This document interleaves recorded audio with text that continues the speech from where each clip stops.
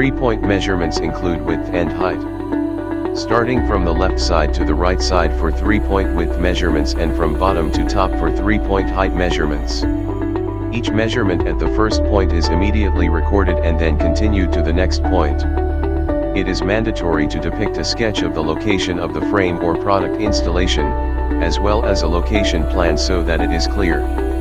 All information about products and locations must be included as clearly as possible.